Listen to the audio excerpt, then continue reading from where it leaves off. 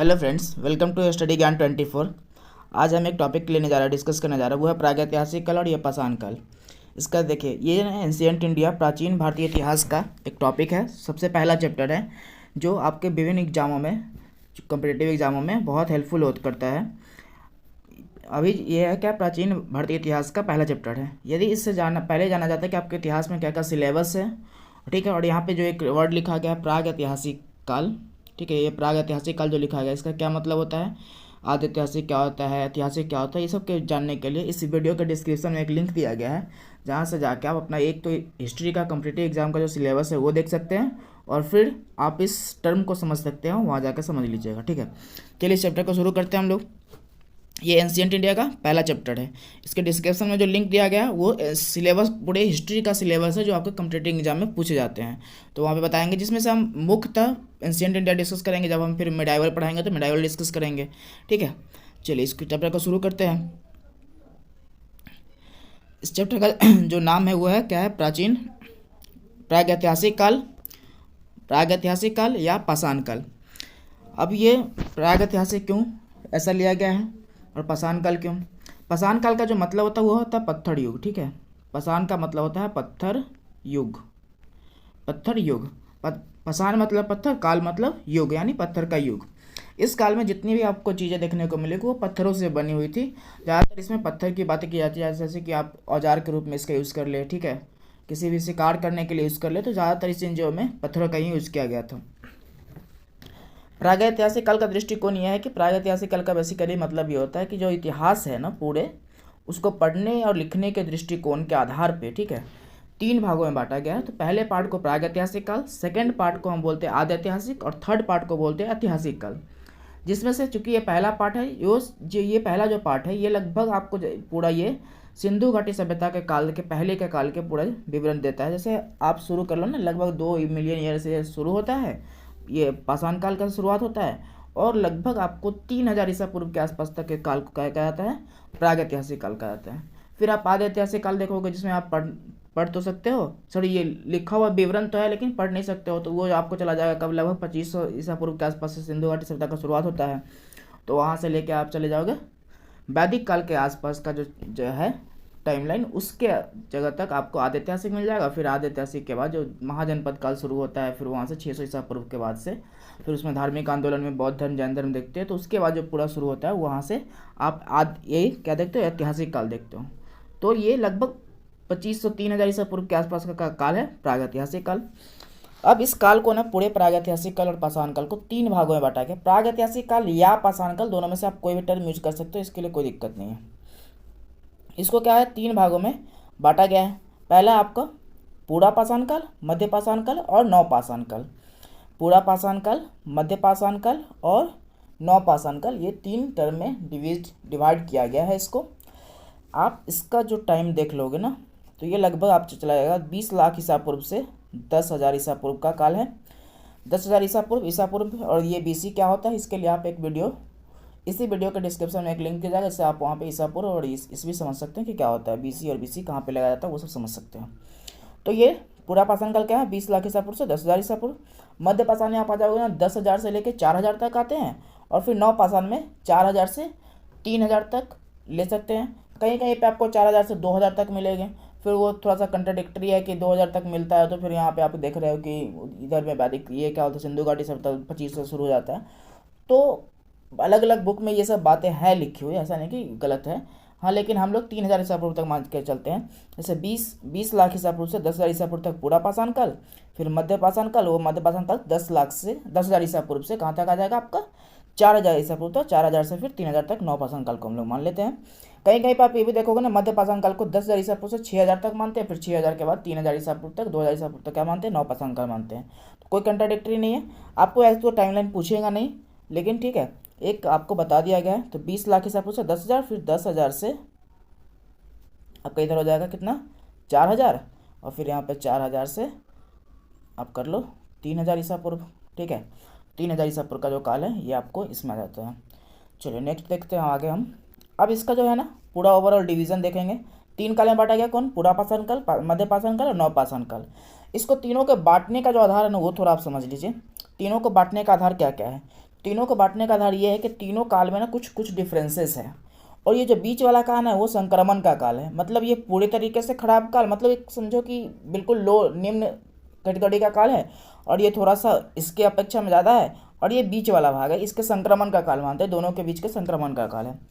इसमें देखते हो कि थोड़ा सा ये पूरा पाषाण काल, इसमें एक आग का खोज हो जाता है। फिर आप देखते हो उसमें पत्थर का यूज करते हैं लोग, पत्थर का यूज करते हैं। यहाँ पे मध्य पाषाण काल में क्या होगा, थोड़ा सा उसमें पत्थर में क्या होगा, पॉलिशदार पत्थर यूज करने लगेंगे। नवपाषाण में बिल्कुल पॉलिशदार होता है, वो अच्छे से होता है, क्लेवर होता है, मतलब आपको नुकीला सा औजार में देखने को मिल जाएगा पत्थर का वो।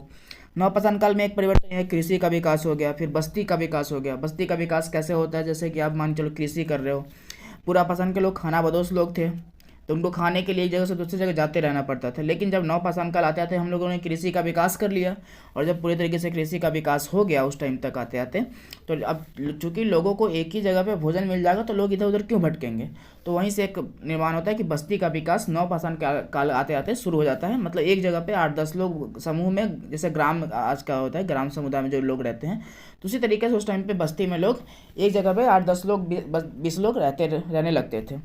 तो नवपाषाण तक आते आते क्या होता है, बस्ती का विकास हो जाएगा आपका। फिर देखोगे आप मृदभांड का प्रयोग होने लगता है नवपाषाण काल आते आते। इसके पीछे कारण ये बताया जाता है कि चूँकि आप मान के चलो कि आवश्यकता है आविष्कार की जननी वाला कॉन्सेप्ट यहाँ लगा लो। जब कृषि होगा तो कृषि अधिशेष बचेगा। कृषि अधिशेष का मतलब ये होता है कि आपने एक ए नाम का व्यक्ति है, ठीक है, उसने 100 कुंटल गेहूँ उपजाए, मान के चलते हैं थोड़ा तरीके लिए, उस टाइम पे 100 कुंटल थोड़ा सा मुश्किल वाली बात है, लेकिन फिर भी मान लेते हैं। ए नाम का व्यक्ति 100 कुंटल गेहूँ उपजाया, ए नाम का व्यक्ति, और उसको क्या चाहिए कि अब ये इसके घर में 5 मेंबर हैं, ठीक है, 5 मेंबर ने कुछ खाया, मान के चलो कि उन्होंने 2 कुंटल 3 कुंटल जितना भी हो खा लिया। अब जो बच गया अधिशेष, ठीक है, बच गया अधिशेष, उस अधिशेष को हम लोग क्या कहते हैं, कृषि अधिशेष कहते हैं। मतलब जो गेहूं का खाने के बाद, उपभोग के बाद जो बच गया उसको कृषि अधिशेष कहते हैं। और कृषि अधिशेष रखने के लिए क्या चाहिए हमको, मृदभांड चाहिए ना, मतलब कोई भी बर्तन चाहिए। और बर्तन उस टाइम पे क्या बनाते हैं, क्योंकि अब चूँकि और कोई ऑप्शन था नहीं, तो मिट्टी का बर्तन बनाना, इसीलिए क्या नवपाषाण काल तक आते आते आपको मिट्टी का बर्तन देखने को मिल जाता है। फिर आपको देखने पहिए का विकास हो जाता है, उस टाइम तक आते आते पहिए का विकास हो जाता है। तो ये सब कुछ परिवर्तन इन तीनों कालों में देखने को मिलेगा, ठीक है। चलिए अब अलग अलग डिफरेंस टॉपिक के आधार पर समझ लेते हैं हम लोग। पहला है पूरा पाषाण काल। कहा जाता है कि यह जो काल है वो आखेटक एवं खाद्य संग्राहक काल के रूप में जाना जाता है। क्या है, यह काल आखेटक एवं खाद्य संग्राहक काल के रूप में जाना जाता है। मतलब इस काल के जो लोग थे ना, उनका मुख्य उद्देश्य यही था, या आप शिकार करो, भोजन इकट्ठा करो, खाओ, फिर शिकार करो, फिर भोजन इकट्ठा करो, खाओ, या फिर शिकार करके ही भोजन इकट्ठा करने की बात नहीं है, आप किसी और तरीके से, जैसे कि गाय से गए फल तोड़ लिए, ठीक है, फिर शिकार कर लिए, तो ये सब तरीके से आप, क्योंकि उस समय कृषि का कोई ऑप्शन था नहीं, तो यही सब करते थे, कहीं से फल तोड़ के खा लिए, कहीं से जानवर को मार के खा लिए, तो ये सब कार्य होता रहता था। तो यही कहा कि यह काल आखेटक एवं खाद्य संग्राहक काल के रूप में जाना जाता है। नेक्स्ट है कि आग का आविष्कार इस काल में हुआ। इस काल की एक मुख्य विशेषता क्या मानी जाती है, आग का आविष्कार, ठीक है। इस काल में बड़े प्रकार के पत्थरों का औजार, इस काल में जो औजार के रूप में जो प्रयोग करते हैं, जैसे कि औजार का मतलब क्या है, आज का औजार नहीं, जैसे कि अब प्लास हो गया, ये सब नहीं, उस टाइम का जो औजार था क्या कि शिकार करना है तो किसी को मार के, जैसे पत्थर उठाए फेंका, जानवर को मारा, जानवर मर गया, तो उस तरह से औजार, इसी को औजार मान लेते थे उस टाइम पे। तो औजार का प्रयोग क्या होता था, पत्थरों का प्रयोग औजार होता था उस टाइम पे प्रयोग, क्योंकि लोहे वोहे का कोई कॉन्सेप्ट था नहीं। नेक्स्ट आपका बड़े जानवरों का शिकार इस काल की विशेषता है। चूँकि अब मान के चलो ना कि आप पत्थर उठा रहे हो, तो उस टाइम पे पत्थर उठा रहे हो, पत्थर के पास आपके पास ऐसा कोई नुकीला नहीं है, कोई ऐसा दूर तक जाने वाला भी चीज़ नहीं है। जैसे आप तीर का यूज़ करते हैं, तीर तक का यूज़ करेंगे तो दूर तक चला जाएगा। आज के डेट में लोग बंदूक का यूज़ करने लगे हैं, लेकिन उस टाइम पे पत्थर का यूज़ करने के लिए अब चूँकि अब छोटे जानवर को तो मार नहीं सकते पत्थर उठाकर, तो बड़े जानवर को ही शिकार कर सकते थे। तो ये बड़े जानवरों का शिकार उस टाइम पर देखने को मिलता है। इस काल का जो महत्वपूर्ण उपकरण है वो है हस्तकुठार, बिदारनी, खंडक। हस्तकुठार को इंग्लिश में हैंड एक्स, क्लेवर और चॉपर कहते हैं। तो ये उस टाइम के क्या है, बड़े औजार हैं। इस काल के अंत तक आते आते आधुनिक मानव, जिसको आप कहते हैं होमोसेपियंस कहते हैं, मानव का जो साइंटिफिक नाम है होमोसेपियंस, आधुनिक मानव की खोज हो गई थी, ठीक है। उससे पहले जो मानव थे उसको आदि मानव का कॉन्सेप्ट दिया जाता था, आदि मानव कहा जाता था, लेकिन इस काल तक आते आते होमोसेपियंस यानी आधुनिक मानव का खोज हुआ था।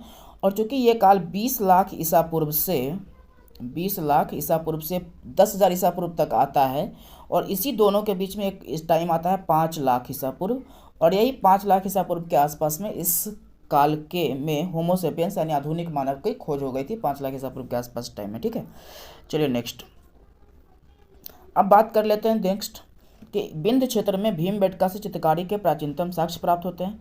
मतलब आज जब भी क्वेश्चंस पूछा जाता है एग्जाम में कि चित्रकारी का प्राचीनतम साक्ष्य कहाँ से मिलता है, तो वो है विंध्य क्षेत्र। इसलिए कहा जाता है कि विंध्य क्षेत्र, यहाँ पे आप ये देखोगे ना, जब ज्योग्राफी पढ़ेंगे तो ये जो मध्य प्रदेश का जो इलाका है, मध्य प्रदेश ये महाराष्ट्र का इलाका है, थोड़ा सा ज़्यादा आपका ये चला गया लाइन, ये वाला इलाका, इस वाले में इलाका में एक पर्वत श्रेणी है जिसको बोलते हैं विंध्य का पर्वत श्रेणी, और इसी विंध्य पर्वत श्रेणी के इलाके में एक जगह है भीमबेटका। ठीक है, और ये चूँकि पर्वत श्रेणी ये कहाँ पे है, एमपी में है। एमपी कहाँ है, जो भारत का जो बीच वाला मध्य वाला, एमपी एक राज्य है बेसिकली, और एमपी में एक ज़िला है रायसीना जिला। रायसीना जिला में ही एक पहाड़ी पे भीमबेटका गुफा है, और उस गुफा में कुछ चित्रकारी के साक्ष्य मिलते हैं, और ये जो चित्रकारी का साक्ष्य है ये सबसे प्राचीनतम चित्रकारी के साक्ष्य मिलते हैं, और उसमें से भी ये पूरा पाषाण काल के माने जाते हैं। ठीक है, तो यहाँ से आपको भीमबेटका से चित्रकारी के प्राचीनतम साक्ष्य देखने को मिल जाते हैं। क्वेश्चन जब भी पूछा जाएगा कि चित्रकारी के प्राचीनतम साक्ष्य कहाँ से मिलते हो, तो भीमबेटका। कहीं कहीं पे आपको स्टेट पूछ देगा, स्टेट सेंट्रल लेवल का जो जॉब होता है, एग्जाम होते हैं, उसमें स्टेट पूछ देता है, कोई दिक्कत नहीं है। जिला नहीं पूछेगा, जिला सिर्फ एमपी पीसीएस के एग्जामों में, जो स्टेट एमपी का जो स्टेट एग्जाम होगा उसमें जिला पूछ सकते हैं, अदरवाइज इधर नहीं पूछते। ऐसे मैंने देखा भी है कि एमपी के एग्जाम में उन्होंने जिला पूछ लिया कि किस जिले में है। तो ये विंध्य क्षेत्र, मतलब एमपी के विंध्य क्षेत्र श्रेणी में, विंध्य जो पर्वत श्रेणी है उसमें रायसीना जिला में भीमबेटका गुफा में एक चित्रकारी की जिसको बोलते हैं भीमबेटका का चित्रकारी, और ये प्राचीनतम साक्ष्य है। इस कह रहा है कि इस काल के जो महत्वपूर्ण स्थल है तो सोहन घाटी, भीमबेटका, अतिरम पक्कम और पल्लवडम। ठीक है, अतिरम पक्कम और पल्लवडम का जो आप लोकेशन देखोगे ये बेसिकली कहाँ पे है, तमिलनाडु में पड़ जाता है। भीमबेटका आपका यहाँ पे एमपी में है, सोहन घाटी पाकिस्तान के क्षेत्रों में है, जो सोहन नदी संस्कृति के नाम से भी जानते हैं आप लोग। ये वाला क्षेत्र देखो, ये आपका सोहन घाटी हो गया जो पाकिस्तान के क्षेत्र में पड़ जाता है। भीमबेटका यहाँ हो गया, यहाँ पे हो गया। एक यहाँ पे और दिया गया आदमगढ़ जो महाराष्ट्र में पड़ता है, आगे इसका इंपॉर्टेंस बताएंगे क्या है। दूसरा अतीरपक्कम और पल्लवरम, ये दोनों तमिलनाडु के क्षेत्रों में है। ये इस काल के महत्वपूर्ण स्थल है, और महत्वपूर्ण स्थल इस कॉन्सेप्ट में कि यहाँ से कुछ ना कुछ प्राप्त हुए हैं उस काल में, तो उस आधार पर यहाँ के लोग महत्वपूर्ण स्थल इसको माना जाता है। ठीक है, चलो नेक्स्ट आपका मध्य पाषाण काल। मध्य पाषाण काल का जो टाइम है बताएं ही आपको, 10,000 ईसा पूर्व से ले जाओगे आप, 10,000 ईसा पूर्व से 4,000, 6,000 और कहीं कहीं पे 4,000 आपको मिल जाएंगे। ठीक है, तो आप मॉडरेट रहना, इसमें कोई वो नहीं लेना है। ठीक है, तनाव नहीं लेना है, तो आप 4,000 मान लो। ठीक है, 10,000 ईसा पूर्व से 4,000 ईसा पूर्व तक का काल। यहाँ पे क्या है, बड़े पत्थरों के स्थान पर छोटे छोटे पत्थर। देखो यार टाइमलाइन पूछेगा नहीं, आप इतना परेशान मत होना क्या टाइमलाइन मतलब आप गलत बता रहे हो। गलत नहीं है, क्योंकि ये मॉडरेशन बुक में ही दिया हुआ है। कुछ मानने वाले लोग गलत ये मानते हैं, 6,000 मानते हैं, कुछ 4,000 मानते हैं, तो मेरी कोई समस्या नहीं है जो बुक वाले हैं। क्योंकि मेरा पृथ्वी पर अवतार हुआ नहीं है जो हम अपने से खुद सब कुछ बना दें। मेरा जन्म हुआ है तो पृथ्वी पर मैं वही चीज़ बताता हुआ हूँ जो पहले कहीं ना कहीं लिखा गया है। तो आप 10,000 से 4,000 ईसा पूर्व मान लो, ठीक है, कोई दिक्कत नहीं है। देखो बड़े पत्थरों के स्थान पे क्या क्या परिवर्तन हुए इस काल में, पिछले काल से, पूरा पाषाण काल से इस काल में क्या क्या परिवर्तन हुए हैं वो देख लेते हैं। तो बड़े पत्थरों के स्थान पर छोटे छोटे पत्थरों के औजार का विकास, जैसे माइक्रोलिथ। ठीक है, छोटे छोटे पत्थरों के विकास, औजार का विकास, जिसे माइक्रोलिथ कहा गया है। मतलब छोटे पत्थरों के औजार को, पहले मान चलो कि ये पत्थर का औजार था, लेकिन अब इस काल में थोड़ा सा नुकीला बना दिया गया, इस तरह से हो गया। ठीक है, इस तरह से हो गया, तो कुछ नुकीला बना दिया गया, और इसी को नाम दिया गया, छोटे छोटे पत्थर के औजारों को नाम दिया गया माइक्रोलिथ। ठीक है, क्या नाम दिया गया, माइक्रोलिथ। नेक्स्ट पॉइंट है, इस काल का जो मुख्य परिवर्तन है ना, वो पिछले वाले से इस काल में जो मुख्य परिवर्तन हुआ वो है तीर कमान का विकास। आप यहाँ देख लोगे, तीर कमान का विकास, और तीर कमान का विकास जिससे क्या होगा, छोटे जानवर का शिकार संभव हो गया। आप ना पहले आप बताएं कि बड़े जानवरों का शिकार पिछले वाले में होता था, इस चूँकि अब यहाँ पे तीर कमान का विकास हो गया तो यहाँ पे छोटे जानवरों का भी शिकार संभव होने लगा। ठीक है, एक चीज़ आप जो पीछे देखोगे, अग्नि का आविष्कार कहाँ हुआ, पूरा पाषाण काल में, लेकिन मुख्य रूप से जो और मतलब उपयोग दिखने को मिलता है ना, वो अग्नि का उपयोग वो मध्य पाषाण काल से मिलता है। और लोग उस टाइम पे क्या करते थे, मांस पकाने के लिए, फिर अपने गुफाओं के बाहर जला के, लकड़ी जला के रखते थे, ताकि आपको शिकार, कोई जो जानवर है वो आपके अंदर प्रवेश न करे गुफाओं के अंदर, और आप सुरक्षित रहे। तो अपने सुरक्षा के लिए भी ये आग का उपयोग करते थे, अग्नि जलाया करते थे। ठीक है, नेक्स्ट आपका कि इस काल में औजार बनाने की तकनीक को फ्लूटिंग कहा गया है। अब बोलोगे बहुत खतरनाक टर्म है भाई, क्या है बताओ। तो ये टर्म कोई खतरनाक नहीं है, क्योंकि अब ये बड़ा सा पत्थर है जो पूरा पाषाण काल में यूज किया था। तो इसमें इस काल में क्या होगा, पतले पतले पत्थर हमने क्या कि एक बार पत्थर को तोड़ा, थोड़ा सा मतलब घिसा उसको, पत्थर को थोड़ा नुकीला हो गया। तो इस तरह से तकनीक को फ्लोटिंग तकनीक कहा गया है, कि आप बड़े पत्थर को तोड़ के छोटे छोटे औजार बनाते हो तो उसके तकनीक को फ्लोटिंग तकनीक कहा गया। कह रहे कि इस काल के जो प्रमुख स्थल है वो कौन कौन से आते हैं, एक है बागोर, या ठीक है, और बागोर से क्या मिला है, पशुपालन के साक्ष्य मिलते हैं, ठीक है। दूसरा सराय नहर है, यहाँ से युद्ध के प्राचीनतम साक्ष्य मिलते हैं और स्तंभगढ़ के साक्ष्य मिलते हैं। दूसरा आदमगढ़, यहाँ से पशुपालन के प्राचीनतम साक्ष्य मिलते हैं। देखो जी, ये जो है बागोड़, यहाँ से पशुपालन के साक्ष्य मिले हैं, और उस टाइम पे मतलब राजस्थान के क्षेत्रों में पशुपालन के साक्ष्य मिले। लेकिन ये जो आदमगढ़ है, यहाँ से पशुपालन के प्राचीनतम साक्ष्य मिले हैं। यदि कभी क्वेश्चन है कि पशुपालन के प्राचीनतम साक्ष्य कहाँ से मिलते हैं, तो आदमगढ़ से मिलता है। फिर एक सराय नहर है, सराय नहर से युद्ध के प्राचीनतम साक्ष्य मिले हैं। ये यूपी में सराय नहर पड़ता है, आदमगढ़ महाराष्ट्र में पड़ता है। पीछे वाले इमेज में मैंने बताया भी था आपको। अब यहाँ पे क्या है कि ये और स्तंभगढ़ के साक्ष्य मिलते हैं। स्तंभगढ़ का मतलब ये होता है कि ये पिलर को गाड़ के, ठीक है, पिलर को गाड़ के हम लोग क्या करते थे, पिलर नुमा संरचना, ठीक है, पिलर को गाड़ के बात कर लेते हैं। पिलर को गाड़ के क्या करते हम लोग, घर बनाते थे। तो वो स्तंभगढ़ के साक्ष्य, मतलब स्तंभ को गाड़ा जाता था, पिलर को गाड़ा जाता था, उसी को बोलता है स्तंभगढ़ के साक्ष्य। तो वहाँ पे मिले हैं। फिर आदमगढ़ से क्या है, पशुपालन के प्राचीनतम साक्ष्य मिला है। अभी तीनों जगह कहाँ है ना, थोड़ा सा नीचे वाले मैप पे ले चलते हैं, हम आपको दिखाते हैं। ये है आपका, थोड़ा सा जूम कर लूँ मैं इसे, ये देखो, ये है आपका बागोड़, ये राजस्थान में। दूसरा जो आप कह रहे थे आदमगढ़, ये महाराष्ट्र के क्षेत्रों में आदमगढ़ यहाँ पे है, ठीक है। और एक है सराय नहर राय, यूपी में पड़ता है, और यहाँ से युद्ध के प्राचीनतम साक्ष्य मिले हैं। और इस टाइम पे युद्ध कैसा रहा होगा, ऐसा तो नहीं कि तलवार लेके निकल गए, राजा पूरा अपना हड़पना है, हड़प की नीति थी नहीं। तो युद्ध इस तरह का रहा होगा कि दो लोग किसी एक चीज़ के लिए, ठीक है, झगड़ रहे होंगे अपने बीच में कि हमको ये मेरा है तो ये मेरा है, और उस आधार पे युद्ध के प्राचीनतम साक्ष्य इस जगह से देखने को मिलते हैं। कोई क्षेत्र विशेष पे कब्जा करने के लिए नहीं कि हाँ 100 लोग 200 लोग निकल गए तलवार लेके, वैसा कुछ युद्ध इस टाइम पे नहीं था। एक किसी वस्तु को लेके उस टाइम के पे लोग क्या करते थे, लड़ते थे। तो इसको बोलते हैं युद्ध के साक्ष्य मिले हैं। कहाँ से, सराय नहर से, जो कि यूपी में पड़ता है। तो एक आपका बागोड़ हो गया, जहाँ से पशुपालन के साक्ष्य मिले हैं। प्राचीनतम पशुपालन के साक्ष्य कहाँ से मिले हैं, महाराष्ट्र से, ये आदमगढ़ का क्षेत्र ही ये वाला। फिर आपका यहाँ पे सराय नहर है यूपी में, जहाँ से युद्ध के प्राचीनतम साक्ष्य मिले हैं। और एक साक्ष्य क्या मिला है, स्तंभगढ़ का साक्ष्य मिला है, ठीक है। चलो जी, अब ऊपर चलते हैं फिर से। नेक्स्ट आपका नवपाषाण काल। नवपाषाण काल का जो टाइम लाइन बताया है हम, वो आप 4000 ईसा पूर्व मान लो, 4000 ईसा पूर्व से 2000 ईसा पूर्व या 3000 ईसा पूर्व, ठीक है। ये चलो इसकी कुछ विशेषता देख लेते हैं इस काल के। इस काल में पहला जो पॉइंट है वो कहता है कि आरंभिक कृषि एवं पशुपालन के साक्ष्य, आरंभिक कृषि एवं पशुपालन की शुरुआत इस काल से मानी जाती है। आरंभिक कृषि एवं पशुपालन की शुरुआत इसी काल से मानी जाती है। देखो पशुपालन पीछे वाले में देखे हो कि आदमगढ़ से हम लोगों ने प्राचीनतम, लेकिन जो मुख्य रूप से इस काल से कृषि और पशुपालन के साक्ष्य मिलते हैं। कृषि के बारे में ऐसा कुछ कहा जाता है कि जब उन्होंने कुछ बीज फल खाए, फल खाने के बाद जो उसमें से बीज था वो फेंक दिया, तो वो कहीं से जम गया। जमने के बाद उसमें से छोटा पौधा निकल गया, तो उनको लगा क्या इस तरह से खेती भी की जा सकती है, और उन्होंने खेती करना शुरू कर दिया, ठीक है। तो ये कृषि का विकास कुछ इस तरह से देखने को मिलता है उस काल में। इस काल की जो क्या क्या और विशेषता हैं वो क्या है, तो पहला तो आप तो यहाँ जो कृषि का विकास हम बता दें, इसमें कृषि कार्य का प्रारंभ हो गया, घर्षित पत्थर के पॉलिशदार औजार हो गए, ग्राम समुदाय का प्रारंभ, मृद भांड का निर्माण। क्या क्या है ये देख लो। घर्षित पत्थर के, ये कृषि का आरंभ तो पता ही चल गया आपको कि वहाँ से कृषि उन्होंने इस काल तक, नवपाषाण काल आते आते उन्होंने कृषि की शुरुआत कर दी थी। घर्षित पत्थर के पॉलिशदार औजार का मतलब ये होता है कि इन्होंने एक पत्थर को ये लिया, फिर इसको थोड़ा सा पतला किया, मध्यकाल में इसको और पतला किया, ठीक है, और नुकीला बनाया। मतलब एक पत्थर को लेकर फोड़ने के बाद 3-4 टुकड़े हो जाएंगे, तो 4 टुकड़े को घिसो, और घिसने के बाद जितना नुकीला बनाना है उतना नुकीला बनाकर और औजार के रूप में यूज़ करते हो। तो इसी को कहते हैं घर्षित पत्थर के पॉलिशदार औजार। मतलब एक पत्थर को तोड़ने के बाद आप उसको घिस के पॉलिश बना के एकदम चिकना कर रहे हो, चिकना करके नुकीला करके औजार के रूप में इस्तेमाल कर रहे हो, तो उसको बोलते हैं घर्षित पत्थर के पॉलिशदार औजार। नेक्स्ट आपका ग्राम समुदाय का प्रारंभ। इस काल में आपको क्या मिलता है, ग्राम समुदाय के प्रारंभ का साक्ष्य मिलने लगता है। और वो पीछे रीजन बताया हम आपको कि जो पूरा पाषाण काल और मध्य पाषाण काल में जो लोग रहते थे, उनके पास समस्या ये थी कि उनके पास भोजन नहीं था। और जब आपके पास भोजन का स्थायी साधन नहीं है तो आप एक दूसरी जगह पे भटकेंगे, ठीक है। और आपके पास बस्ती भी नहीं है, घर भी नहीं है, तो क्या करेंगे, आप एक दूसरे जगह पे भटकेंगे।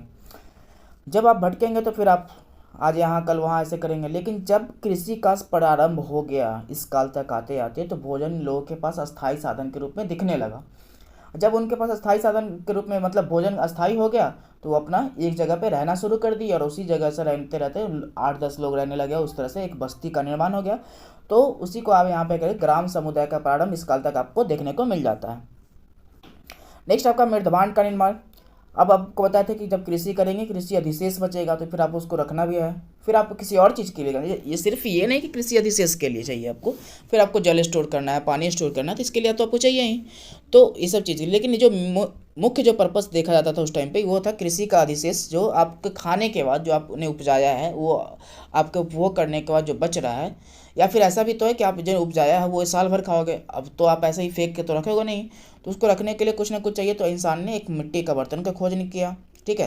तो उसे कहते हैं मृदभांड का निर्माण इस काल तक आते आते आपको देखने को मिल जाता है।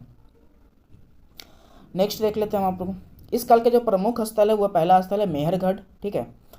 और इस स्थल के साथ साथ हम आपको एक चीज़ और बताते चलेंगे कि यहाँ से क्या क्या मिला है, ठीक है ना। तो मेहरगढ़ पाकिस्तान में पड़ता है, स्थल दिखाएंगे हम आपको कि कहाँ पे है। यहाँ से गेहूं के प्राचीनतम साक्ष्य मिले हैं, ठीक है। और उसका आता है प्राचीन अस्थाई जीवन के साक्ष्य मिले हैं, मतलब यहाँ पे अस्थाई जीवन था, लोग रहते थे, ये सब साक्ष्य वहाँ से मेहरगढ़ से देखने को मिला है। नेक्स्ट आपका बुर्जहोम, ये जम्मू कश्मीर का इलाका है। कुछ गर्त आवास के साक्ष्य मिले यहाँ से। गर्त आवास का मतलब होता है कि एक स्थल खंड है और एक स्थल खंड पे आपने क्या किया, 1 मिनट है,